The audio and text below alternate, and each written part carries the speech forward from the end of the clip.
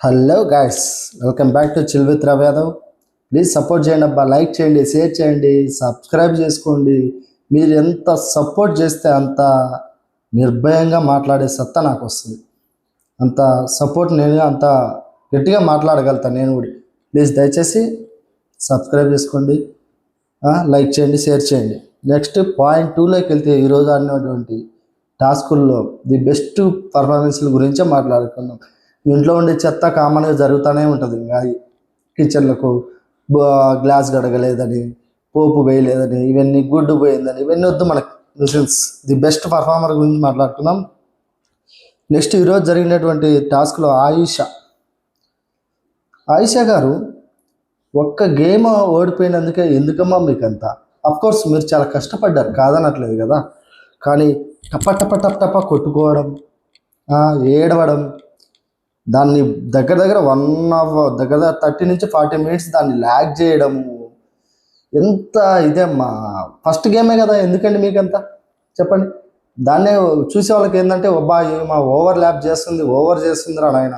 ఒక గేమ్కే ఇట్లా అంటే వచ్చి 1 వీక్లోనే మిగతా వాళ్ళంతా అన్ని గేమ్స్ ఓడిపోతున్నారు. ఎంతో కష్టపడితే కొట్టుకుంటున్నారు, కింద పడి మీద పడి కొట్టుకుంటున్నారు. వాళ్ళందరూ ఎంత ఇదే వాళ్ళు ఫీల్ అవ్వాలి. అఫ్కోర్స్ ఓడిపోయినా బాధ ఉండొచ్చు, అది నీ చేతిలో నువ్వే చేసుకున్నావు కదా. ఫస్ట్ ఆఫ్ ఆల్ నువ్వు గేమ్ అర్థం చేసుకొని ఆడితే నీ గేమ్ ఈజీగా ఉండేది. నీ ఇష్టం వచ్చినట్టు తీసుకుంటున్నావు, వాళ్ళు చెప్పే కోడ్స్ గుర్తు పెట్టుకోవట్లేదు, కీ తీసుకోకుండా పోతావు, లేకపోతే నెంబర్ రాంగ్ కొడతావు, కొంతమంది నీకు సైట్ ఉందంటారు. అది మొత్తం నీ తరపున సపోర్ట్ కదమ్మా. నువ్వు ఎందుకు అంత ఓవర్ థింక్ చేసి అంత ఏడవలసిన అవసరం లేదు. చెప్పాలంటే చాలా ఎక్కువగా చేసినట్టు అనిపించింది ఈరోజు చూసే వాళ్ళకు. ఆయిషా ఎంటర్టైనరే, కాదనట్లే.